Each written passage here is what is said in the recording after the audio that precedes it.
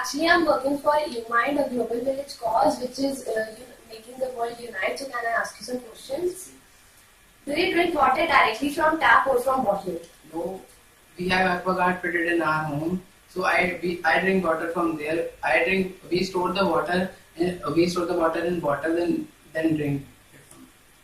How much water do you drink every day? In a day, I drink about 4 to 5 glasses. How much water do you personally use per year? Per year, we consume approximately 12,000 to 15,000 liters. Where does the tap water comes from? How do you know that water is clean?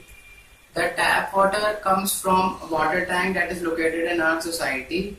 And of course, the water is not clean for drinking purposes, but the water is clean for washing purposes, cooking purposes, and bathing purposes. But it is not for safe for drinking purposes.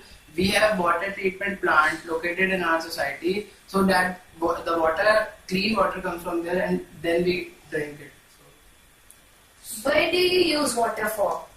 We use water in our own daily activities such as cooking, bathing, watering of plants, and washing clothes, etc. Would it be possible to reduce water consumption of your family, and how?